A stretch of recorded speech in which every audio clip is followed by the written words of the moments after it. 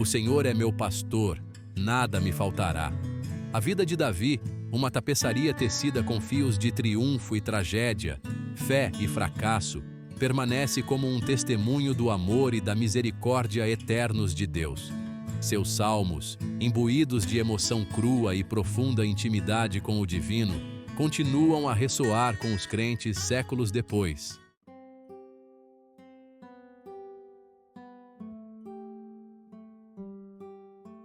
O sol nasce sobre as colinas de Belém, pintando o céu em tons de dourado e rosa. Em meio a esta paisagem serena, um jovem pastor cuida de seu rebanho. Sou Davi, o filho mais novo de Jessé. Encontro paz nestes campos, com minhas ovelhas e minha harpa. Davi, um jovem de beleza e graça incomuns, vigia suas ovelhas. Nesses momentos silenciosos, sozinho com seu rebanho e seu Deus, Davi descobre uma profundidade de espírito que desmente sua tenra idade.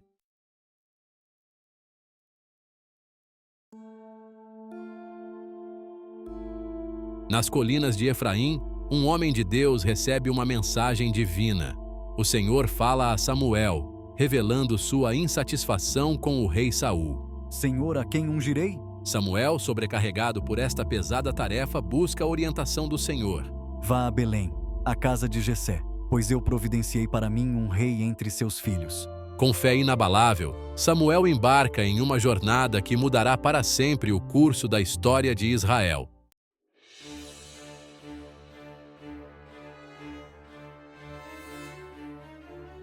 As notícias viajam rapidamente, mesmo no interior tranquilo. Jessé, um homem de fé e proeminência, recebe Samuel em sua casa. Reúna seus filhos diante de mim, pois o Senhor me enviou para ungir o seu escolhido. Um por um, Jessé apresenta seus filhos. Não olhe para a sua aparência ou para a sua estatura física, pois eu o rejeitei. Porque o Senhor não vê como o homem vê. O homem olha para a aparência externa, mas o Senhor olha para o coração. São estes todos os seus filhos? Ainda há o mais novo, mas ele está cuidando das ovelhas.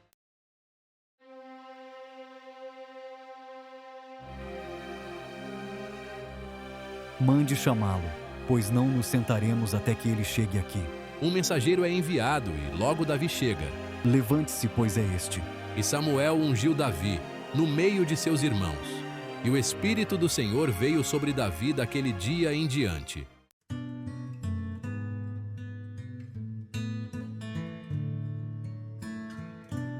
O sol batia nos ombros de Davi enquanto ele cuidava de seu rebanho.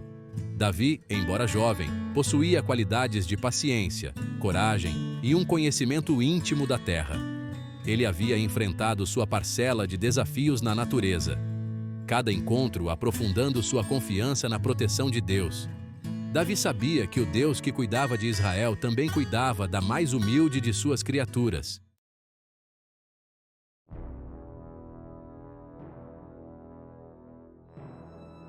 Numa tarde abafada, enquanto Davi conduzia suas ovelhas por um vale isolado, um rugido baixo lhe deu arrepios na espinha. Das profundezas de uma caverna próxima, emergiu uma criatura temível, um urso. Senhor, dai-me força. Com uma rápida oração por força, Davi investiu contra o urso, seu cajado de pastor erguido. Ele abateu o cajado com toda a sua força, golpeando o urso no focinho.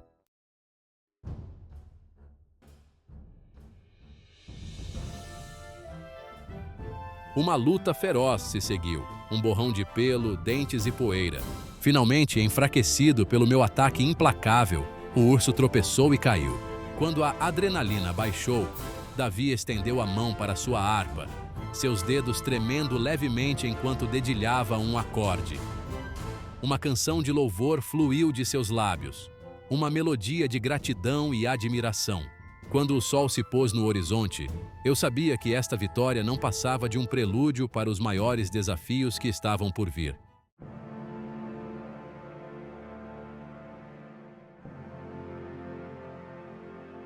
A notícia da bravura de Davi se espalhou como fogo pelo sertão. Sem que eu soubesse, o óleo da unção derramado sobre minha cabeça por Samuel havia aceso uma faísca dentro de mim. Enquanto cuidava de suas ovelhas, Davi sentia um crescente senso de propósito. Eu não entendia completamente, mas abracei, confiando no Deus que segurava meu futuro em suas mãos. A unção havia se concretizado, e Davi, um homem segundo o coração de Deus, estava pronto para atender ao chamado.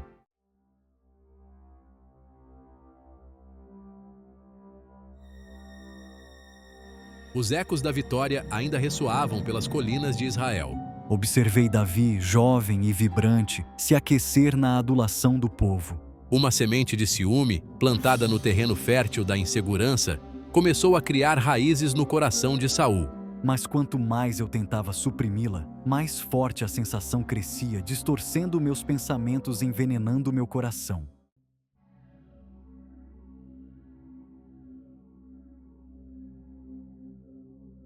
À medida que os dias se transformavam em semanas, o comportamento de Saul se tornava cada vez mais errático.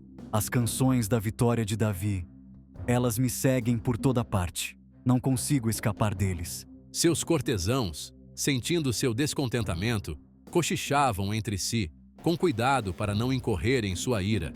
Davi, uma ameaça, um rival para o meu trono. O outrora poderoso rei, agora prisioneiro de sua própria criação, começou a cair em uma espiral de loucura.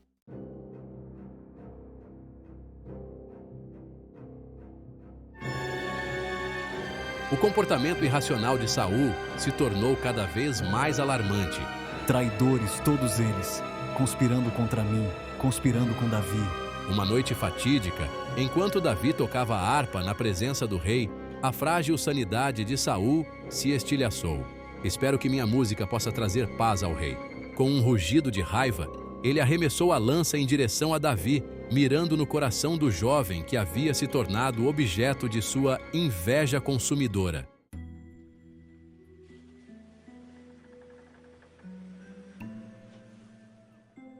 A tentativa de assassinato enviou ondas de choque pelo palácio. Não posso mais ficar aqui. Preciso partir por minha própria segurança e por meus seguidores. Davi, abalado, mas ileso, fugiu do palácio, buscando refúgio com seus leais seguidores. Davi, ele precisa ser detido. Ele ameaça tudo que eu construí. Uma trama tomou forma na mente do rei, uma teia de engano e violência destinada a atrair Davi para uma armadilha.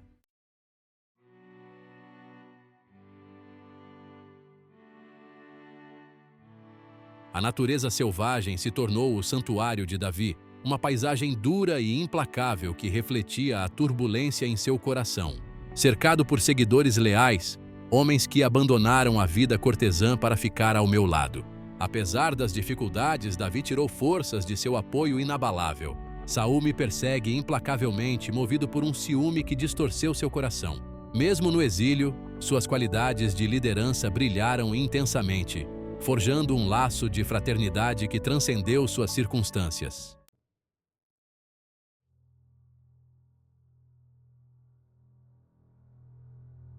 Chegou a Davi a notícia de que Saul, em seu frenesi paranoico, havia embarcado em uma campanha de terror, massacrando sacerdotes inocentes e suas famílias, acusando-os de ajudar o fugitivo. Davi, com o coração pesado de tristeza e raiva, jurou vingança contra Saul por sua crueldade e injustiça. Um dia, enquanto Saul nos perseguia pela selva, uma oportunidade de ouro para a vingança se apresentou. Saul, cansado da perseguição, entrou em uma caverna para descansar, sem saber que estávamos escondidos mais fundo em suas sombras. Os homens de Davi o incitaram a golpear seu inimigo enquanto ele estava vulnerável, para vingar o sangue dos inocentes e reivindicar o trono que era seu por direito. Eles sussurravam sobre retribuição divina, sobre Deus entregando seu inimigo em suas mãos. Dividido entre meu desejo de vingança e minha consciência, rastejei para mais perto do desavisado Saul. Eu podia ver seu peito subindo e descendo a cada respiração, ouvir os roncos fracos que escapavam de seus lábios. A oportunidade era perfeita. A tentação era avassaladora.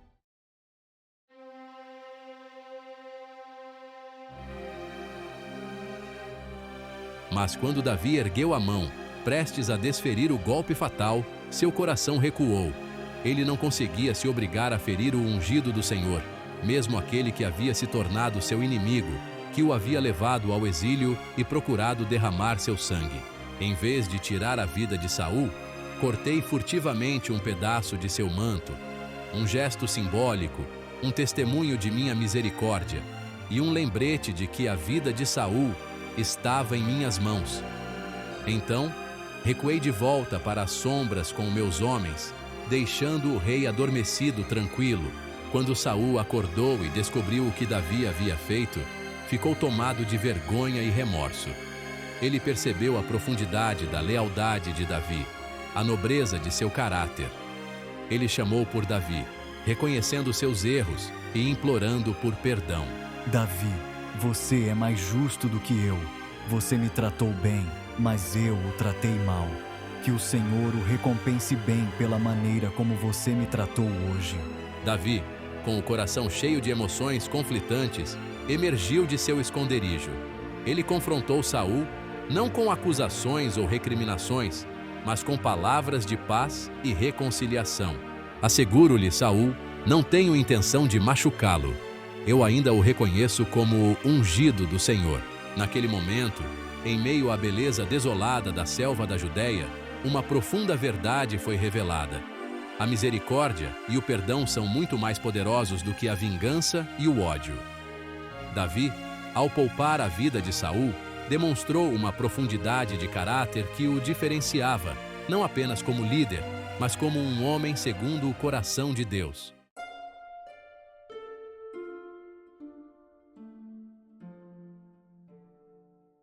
A notícia chegou a Davi no deserto, carregada pelo vento que soprava pelos desfiladeiros desolados.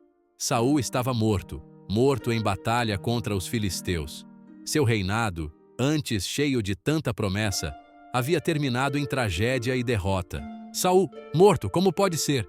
Davi, embora tivesse sido caçado implacavelmente por Saul, sentiu um profundo sentimento de perda. Ele havia respeitado Saul como seu rei, como o ungido do Senhor. Ele o amara como a um pai, como o pai de seu amado Jonatas. Eu preciso saber, é verdade? Agora, tudo o que restava eram memórias, agridoces e tingidas de tristeza, lembranças das primeiras vitórias de Saul, seu carisma, seus momentos de genuína piedade, agora eram ofuscadas pela escuridão que o havia consumido em seus últimos anos. Ah, Saul, por que teve que acabar assim? Davi, com o coração pesado de tristeza, rasgou suas roupas e chorou. Ele chorou não apenas por Saul, mas por Jonatas, seu amigo leal, seu irmão de armas, que também havia morrido na batalha. Jonatas, meu irmão, meu amigo.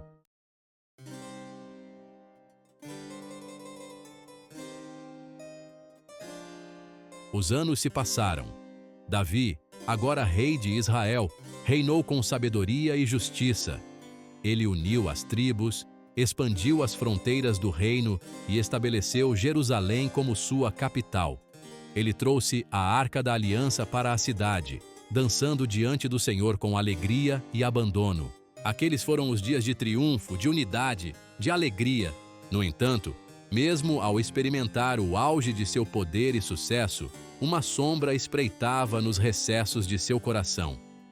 A lembrança de seu pecado com Batseba, a esposa de Urias, o hitita, pesava sobre ele.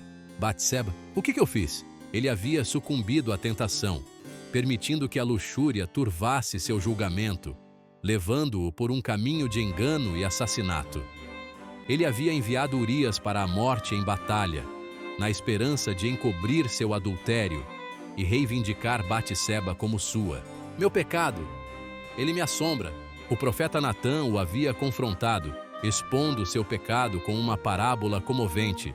Davi, atingido no âmago de seu ser, confessou sua culpa, seu coração partido de remorso. Pequei contra o Senhor.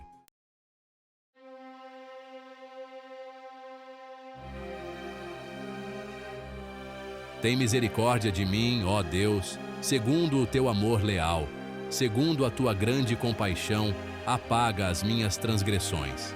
Lava-me completamente da minha iniquidade e purifica-me do meu pecado. As palavras de Davi, cruas de angústia e desesperadas por perdão, jorraram do fundo de sua alma. Tem misericórdia de mim, ó Deus, purifica-me do meu pecado. Ele escreveu o Salmo 51, uma expressão atemporal de arrependimento, um testemunho do poder transformador da graça de Deus. Ele reconheceu a profundidade de seu pecado, a escuridão que havia se enraizado em seu coração, mas também se agarrou à esperança da redenção, a promessa do amor inabalável de Deus. Cria em mim um coração puro, ó Deus, e renova dentro de mim um espírito inabalável. O arrependimento de Davi não foi mera questão de palavras, foi uma profunda transformação de seu coração. Ele aceitou as consequências de suas ações, a dor e o sofrimento que se seguiram ao seu pecado. Enfrentarei as consequências, não importa o quão dolorosas sejam. Ele não se esquivou da verdade, mas a abraçou, permitindo que ela moldasse seu orgulho, sua arrogância, sua autoilusão. Ele emergiu do cadinho de seu pecado um homem mudado, humilde, quebrantado, mas também refinado, seu coração mais sintonizado do que nunca com os suspiros do divino. Eu sou teu, Senhor. Molde-me, forme-me, refine-me.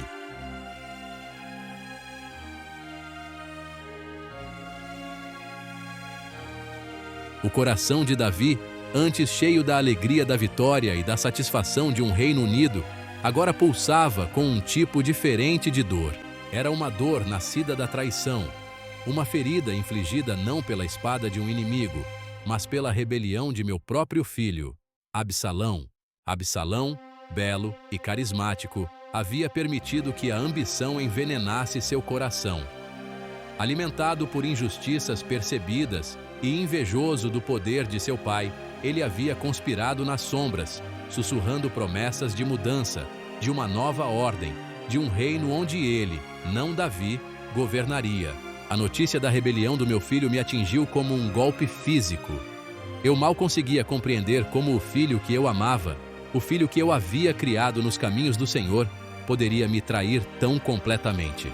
No entanto, diante dessa traição devastadora, Davi escolheu não se envolver em uma batalha sangrenta pelo trono. Ele se recusou a permitir que seu amor por seu filho fosse consumido pelo ódio, seu desejo por justiça fosse ofuscado pela vingança.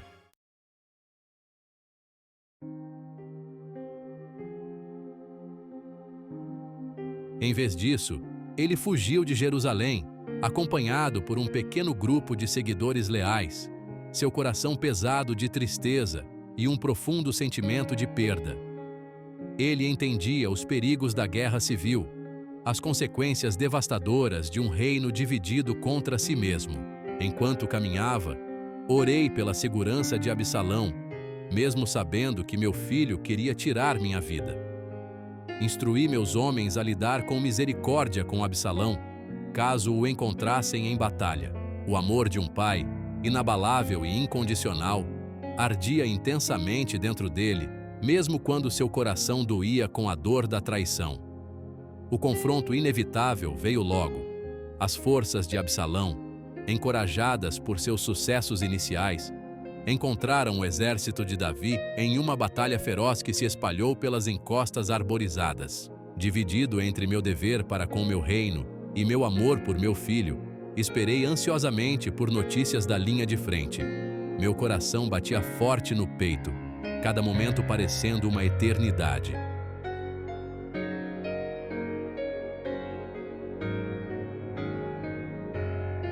Seção 3. Legado de um coração partido. Então, um mensageiro chegou, seu rosto pálido, sua voz trêmula. Absalão estava morto, morto em batalha. O mundo de Davi desabou ao seu redor. A vitória pela qual ele havia orado, a vitória que asseguraria seu trono e reuniria seu reino, agora tinha gosto de cinzas em sua boca.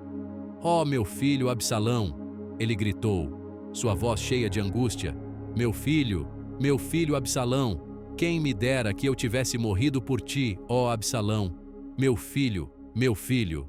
Naquele momento de profunda dor, Davi revelou a profundidade de seu amor, um amor que transcendia a ambição, a traição, até mesmo a própria morte. Ele havia vencido a batalha, garantido seu reino, mas havia perdido o filho que amava, o filho que havia partido seu coração. Anos depois, Davi, agora um homem velho, seu rosto marcado pela sabedoria e pela tristeza, reflete sobre sua vida.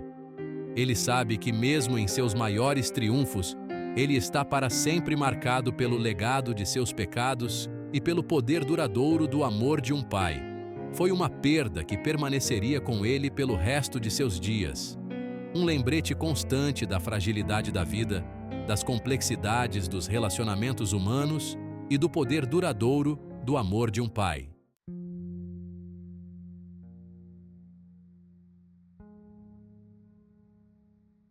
Seção 1. Pôr do sol. Sobre Jerusalém. O sol, um orbe flamejante afundando em direção às colinas ocidentais, lançava longas sombras sobre Jerusalém. A cidade de Davi, brilhava dourada na luz que se desvanecia, suas muralhas fortes, seus portões seguros. De dentro do palácio, agora mais grandioso do que Davi jamais havia imaginado, ele podia ouvir os sons fracos de celebração. Seu filho, Salomão, sábio e capaz, se preparava para assumir o trono. Davi, seu corpo cansado, seus cabelos agora prateados pela passagem do tempo, sentiu uma sensação de paz tomar conta dele. Sua vida havia sido uma tapeçaria tecida com fios de triunfo e tragédia, fé e fracasso, amor e perda. Ele havia conhecido a solidão de um pastor, a emoção da vitória na batalha, o peso de uma coroa e o golpe devastador da traição. Em tudo isso, a presença de Deus havia sido sua companheira constante. Uma luz guia em tempos de escuridão, uma fonte de força quando tudo o mais parecia perdido.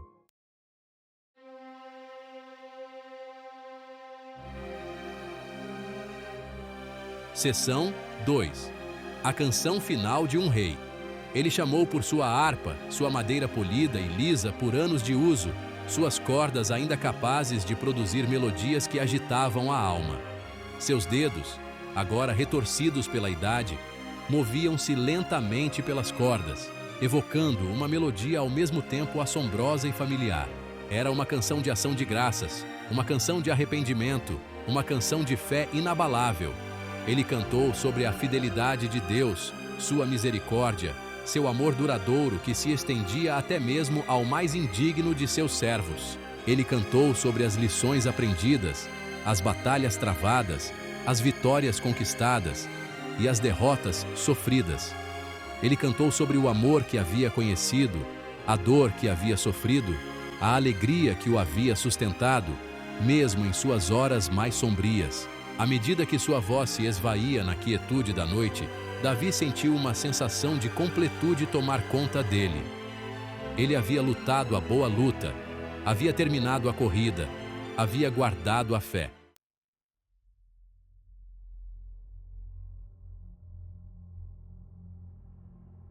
Seção 3. O legado duradouro.